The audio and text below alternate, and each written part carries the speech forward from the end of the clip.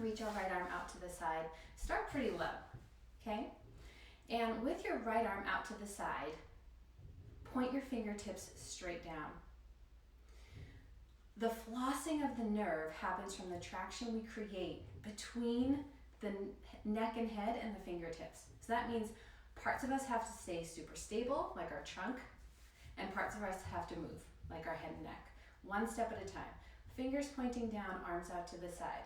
Think about your fingers reaching down to the ground, and think about the heel of the hand really reaching away from you. Then, before we start lifting this arm up any higher, think about reaching the right arm out of the shoulder socket. But be careful, watch me. Don't do it by moving your trunk. Keep your trunk stacked. Reach the right arm out of the socket. I like to make myself in charge of myself. I take the left hand in my armpit, in my right armpit, to make sure that I'm not doing that side bend. That side bend will give us less nerve flossing and less stretch. Keep your body upright. All right, back to where we are. Fingertips pointing down, right heel of hand pushing away, and right arm pulling out of socket. You may start to feel warmth and tingling in the upper part of your forearm, in your fingers. All that is normal because we are flossing the median nerve, which exits our neck, through our armpit, and into our fingers. Now, bring your arm to about 90 degrees like mine is. Continually reach the arm out of the socket, point the fingers down.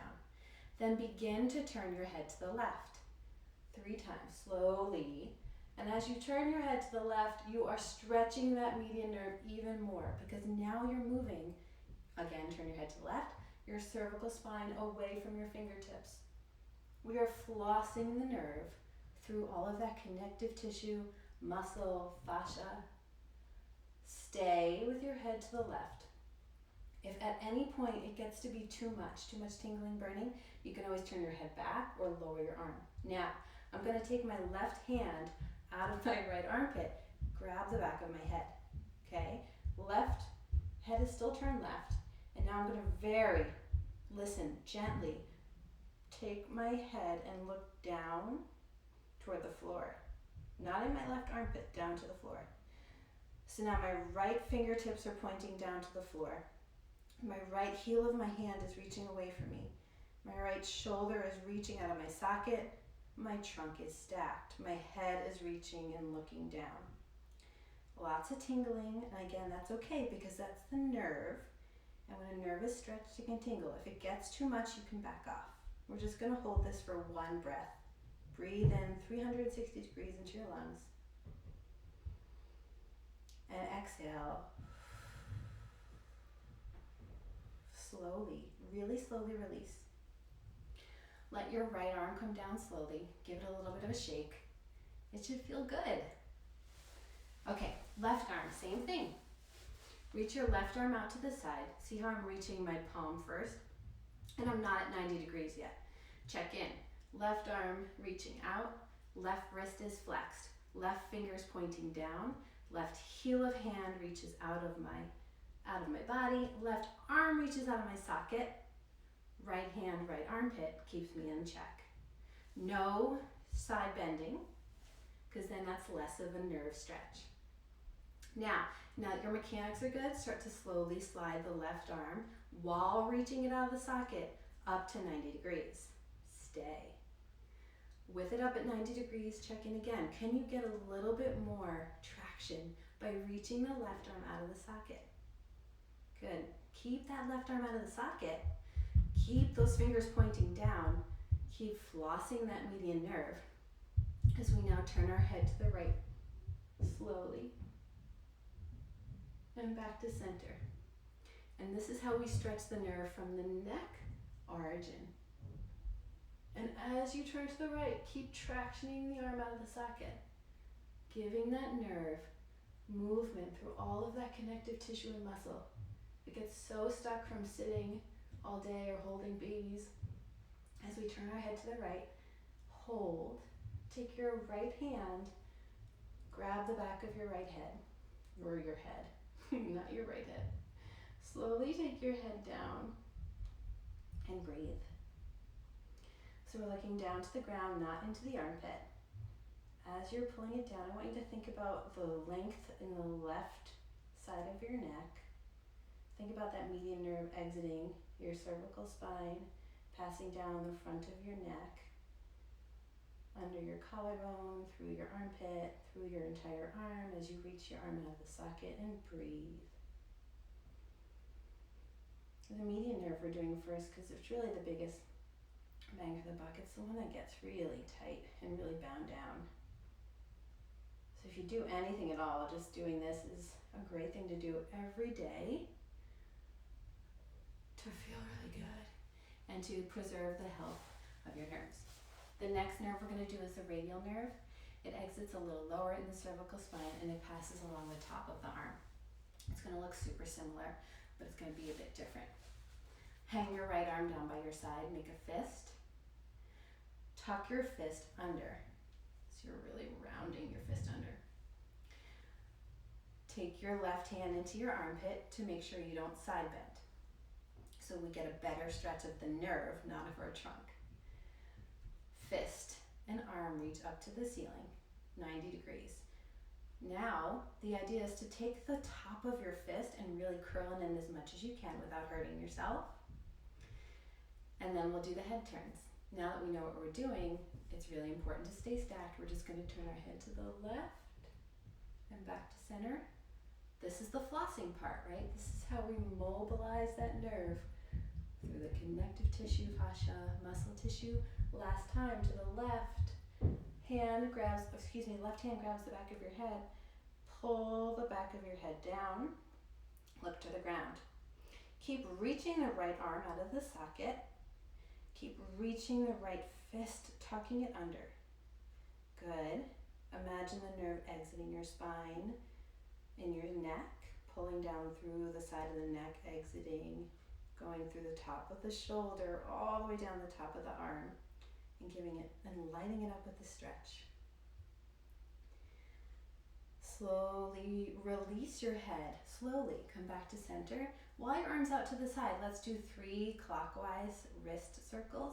Try to isolate the movement just at your wrist, not at your forearm or shoulder. 2. 1 more clockwise wrist circle. Good. Counterclockwise. 3. Just the wrist. 2. Down and around and up. Last one. Down, around, and up. Release your arm down by your side. Shake it off.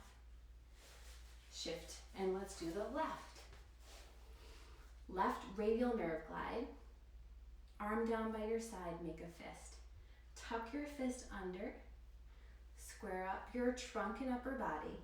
Reach your right hand into the armpit. That's just going to tell you if you start to side bend. Now, as your fist is reaching down, you'll reach your left arm out to 90 degrees. This side might feel completely different to your right. It does for me. It's okay. As long as it's some tingling and some warmth, you're okay. The more you reach the arm out of the shoulder socket, the more nerve traction or nerve stretch you'll get. Now, I want you to slowly turn your head to the right 3 times.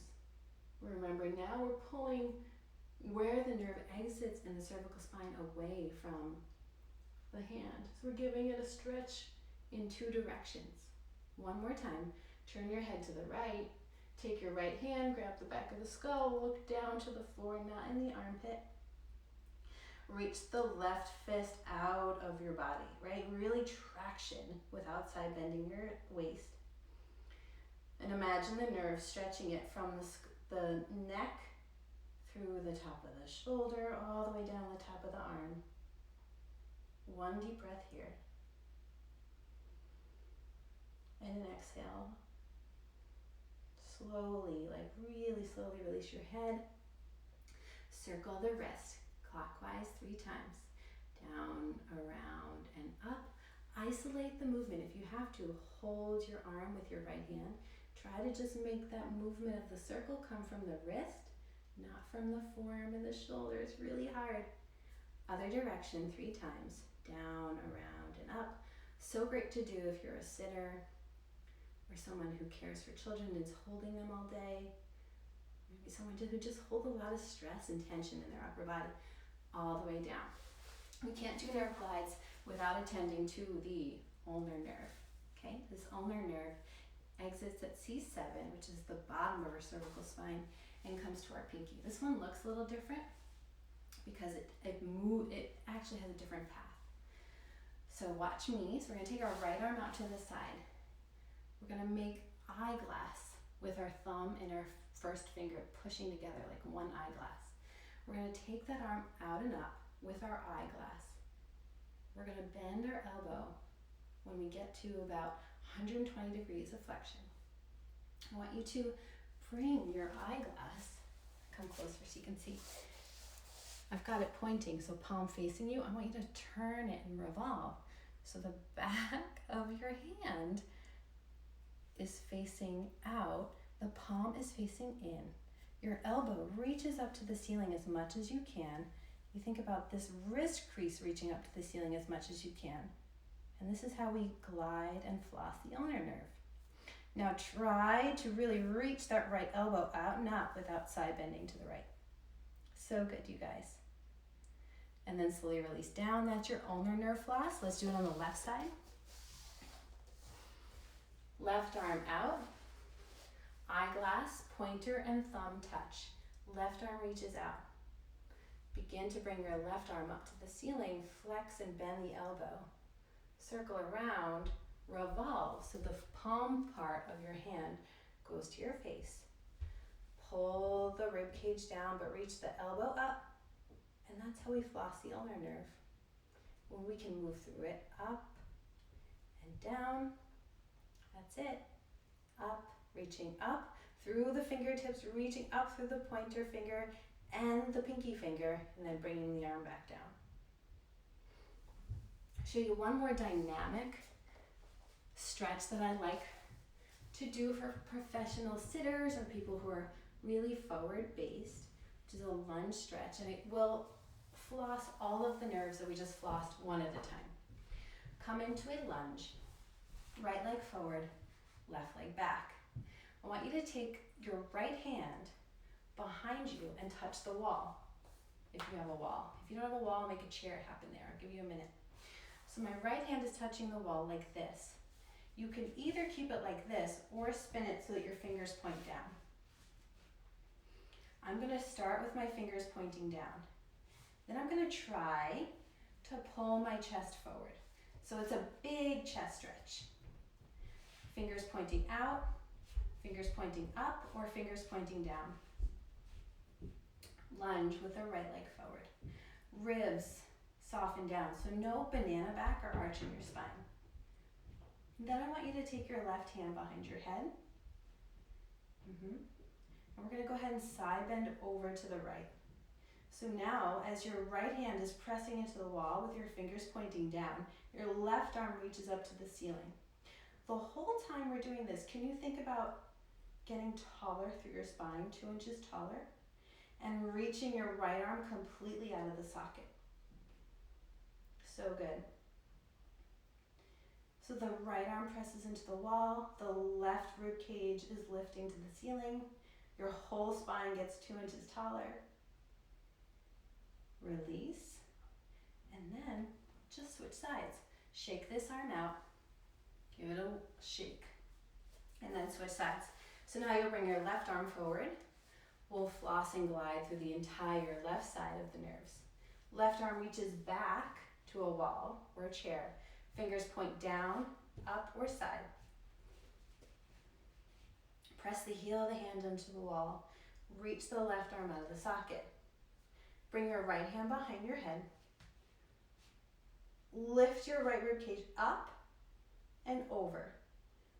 Think about your whole spine telescoping taller. Breathe into the right side of your rib cage as you reach your left arm out of the wall.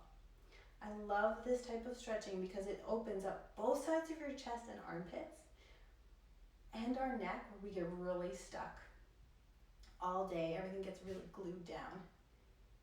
And so this is a great little routine, slowly come out of it, to do if you're sitting all day. Again, if you're really forward and grippy and tense, if you feel a lot of tension through your neck and your chest, tingling in your arms, pain in your wrists.